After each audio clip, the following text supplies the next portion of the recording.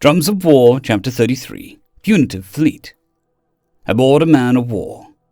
Priestmaster Habarab Saxon grinned as his vessel spewed forth divine wrath upon the planet below. He could not hear the cries of despair from those below, but he imagined that he could, and what he imagined was pleasing. His fleet was not the mighty Sev fleet, but their new vessels had proven insurmountable to the Terran defenders, and they had fed the vengeful goddess Republic the bitter cup of defeat, and it had only cost them 3 hunters and 8 cruisers to do so. He had ordered a few dropships to fly in low atmosphere, such that his great deed for the first orbital bombardment of Terra would be recorded for posterity, and the live feed from such a dropship was displayed on the main view screen.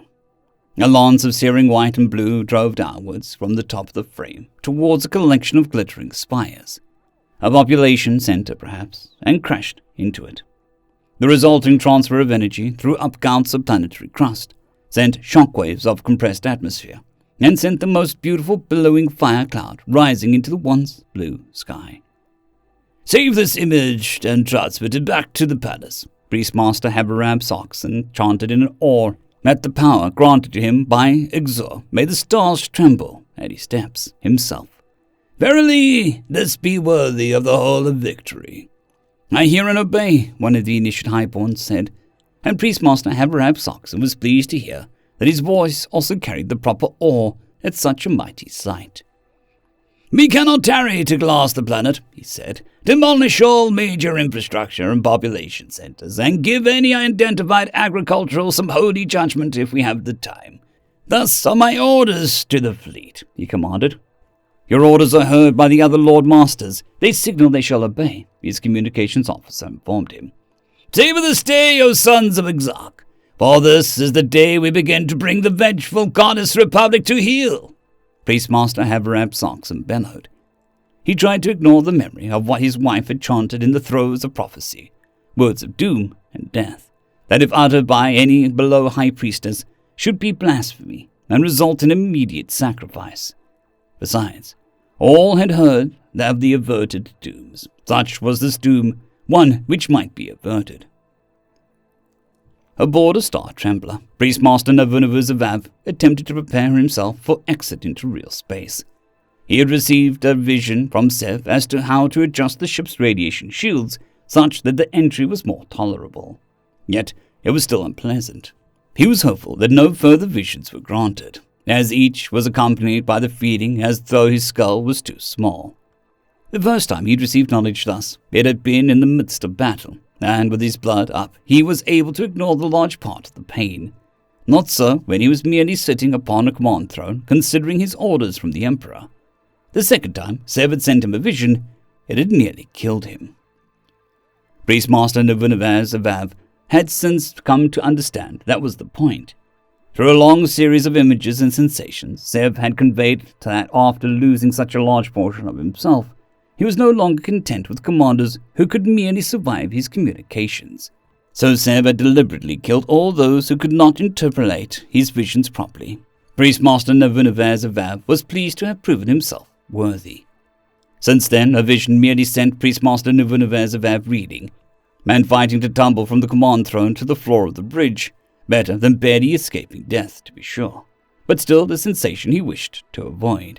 Priestmaster Habarab Saxon and the strike fleet had cleared the way into Terran territory, hopefully, and while they had been slower than he had hoped, that had given the Simpyards time to rebuild the missing ships from Sev, the Breaker of Worlds. Priestmaster Navunavuzav was glad of his slowness, for it meant that the Terrans had no time to regroup between the advance of the strike fleet and Sev, the Breaker of Worlds, and as such, the Star Tremblers were not obliged to stop and break any worlds to secure the advance. The plan was to press a world he called Hope, which was a major industrial center, and destroy it before pressing onward to another world, called by the Terrans Alpha. The destruction of Alpha would be a strike at the very soul of the Terrans, and the vengeful goddess Republic would surely quail at the loss of her first colony world. The fleet dropped out of hyperspace into a maelstrom. In the Helvetian Nova System. "Elpin Storm, sound off," Commander Marcus Muller snapped as his Aquila Patton bomber screamed out of the Herzog towards the incoming invaders. "Alpha 1 checking in. Alpha 2 checking in, Lieutenant Commander Laura Killer chimed over the comms. Alpha 3 checking in, Lieutenant Lucas Zimmerman grunted. Alpha 4 checking in, Lieutenant Junior Grade Anna Roth snapped off professionally. Ensign David Graff muttered. He was probably paying more attention to his sensor readouts than comms. Alpha 6 checking in, Ensign Sophie Huber said after a pregnant pause. She'd probably forgotten that she wasn't the newbie anymore. Alpha 7 checking in, Ensign Timo Vogel practically shouted over Ensign Huber. Commander Muller ignored the gentle ribbing the rest of his squad gave the newbie over comms.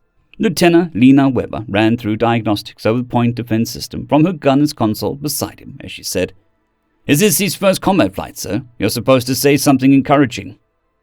Commander Muller furrowed his brow and keyed his mic to reach the white blizzard privately. "It is your first combat flight, Timo, and you are nervous. That is normal, but maybe this will settle your nerves and sharpen your focus. I selected you to be on our escort pilots personally over 7 other candidates, including your sister." "You picked me over her, sir?" Commander Muller was struck by how young Ensign Vogel sounded, his voice full of disbelieving pride. "Aye, Ensign, I did. A little brother deserves a chance to shine outside someone's shadow." "Thank you, sir," the boy said, and Commander Muller could hear the smile that no doubt plastered his face. "Good chat, sir," Lieutenant Junior Grade Nico Fisher murmured from the bombardier's seat behind him. "We're 10 minutes out from our run," Commander Muller said to his crew. "But don't lose focus. Their new ships are a lot more dangerous, and they might actually have void superiority fighters now." "Aye, sir," the two of them reply and helm steady on course to the ship-to-ship chaos ahead of them. Aboard the Herzog. Rear Admiral Upper Half Kai Watanabe scrutinized the holographic display of the battlefield. At its current resolution, even the battleships were little more than labeled pips. If not for the detailed readouts from active ships, he'd have lost track of the cruisers and destroyers, let alone the escort frigates. The enemy, the Asphalt Onion, or whatever they were called, had been extremely rude and produced upgraded ships. Didn't they know the enemy only exists to be destroyed? Evidently not. Worse, their planet-cracking fleet had just dropped into system. Captain Alexandra Zagdrokov was standing against the crash webbing on her seat, as if she could get better look at the display by leaning in closer. "The bomber squads are whittling down the frigate-sized ships," she said. Lieutenant Commander Leonardo Silva pulled up some information at his station across the display and said, "We still have 50 available bomber squadrons. They outnumber this enemy frigate-sized escort vessels by about 2 squadrons to 1. Considering their effectiveness, I suggest we launch more runs to take the pressure off our escort frigates so they can start concentrating fire on the enemy battleships." Admiral Watanabe said, and Lieutenant Yasmin Chowdhury got to work immediately. Lieutenant Moana Nagata piped in. "We're getting reports that the Planet Cracker fleet is moving to engage, sir." "Send the Wake Island and her squadron to intercept," the Admiral snapped. If one second Star Destroyer could slice off almost 80% of an enemy superweapon, a battleship, 2 cruisers and 4 frigates could probably wring more out of the ancient bargain. Second Star often poached the best captains and helmsmen, but First Fleet was no slouch. It was the home defense fleet after all. The squadron would be the most expensive victory the enemy had bought to date, and that was only assuming the Admiral Watanabe couldn't crush the initial invading force in time to turn his full attention to the problem. He watched as the incoming ships moved almost like a school of fish, with almost the same level of coordination of the Republican fleet. As the Wake Island moved to intercept, in moments, the icons of the Republican ships were lost amid the swarming readouts of the enemy's formation, and only their transponder data clued him in that they were still in the fight. "Well, you probably thought that you knew our tricks," Admiral Watanabe whispered to the unhearing enemy. "But one ship alone is a completely different flight from a squadron. How about thee?" Lieutenant Powell suddenly piped in. "Sir, I think I'm getting a signal from a Digitan, except it's coming from the enemy hardware." "Someone locate that source of that signal," he ordered over the general channel, and immediately the map was flooded with sensor pings. After about 3 seconds, Lieutenant Colonel Jovan Markovic pointed to an icon and said, "There, what is that?" The display zoomed in on the Admiral's command and revealed what looked like a buoy, or maybe a black box, that showed signs of being clutched together. "Do we have anything close enough to open a channel?" Admiral Watanabe asked suspiciously. "Aye, sir," Lieutenant Commander Silver answered. "A bomber squadron. Have them divert and find out whether that's a Digitan or something else. If it is a Digitan, I want that buoy towed to safety 10 minutes ago." Admiral Watanabe was beginning to hope against hope that he would be able to tell Admiral Jock that there had been a survivor from the Mr. Smee.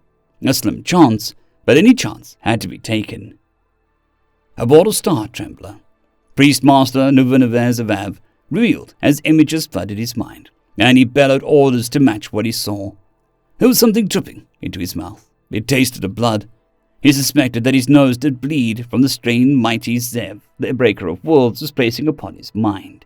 He could feel Zev's surprise at taking so much damage from a small group of ships in service of the Vengeful Goddess Republic, and of the Sons of the Vengeful Goddess Republic's ability to pilot those ships such that they had not yet suffered any damage at all.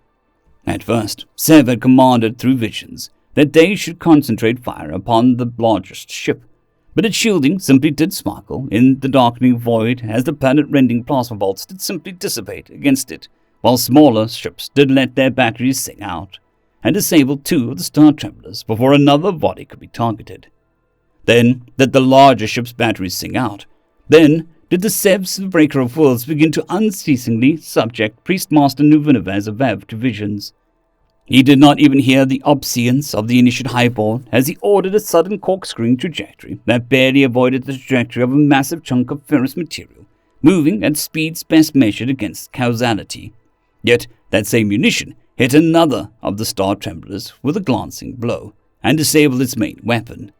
The Sons of the Vengeful Goddess Republic were even more formidable in their own territory.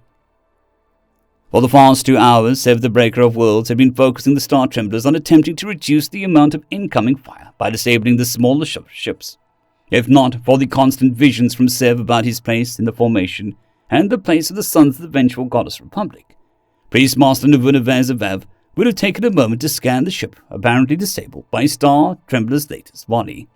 Yet, while he was chanting out an order to target another of the smaller ships, his Star Trembler took damage from a trajectory that indicated the disabled ship was still firing. He received a vision of withdrawing with all speed and ordered it so. Hours later, he would go over the data of the battle and attempt to come to grips with what had happened. Hours later, he would realize that Zev the Breaker of Worlds had noticed that the strike fleet had begun to rout, that the Sons of the Vengeful Goddess Republic were on the cusp of victory, and had already diverted more assets towards Zev, who had lost 5 Star Tremblers by then.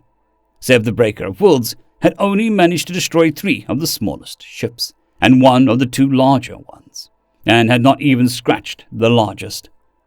There was something else there, but Priestmaster Sneakyverse could not access it for some reason.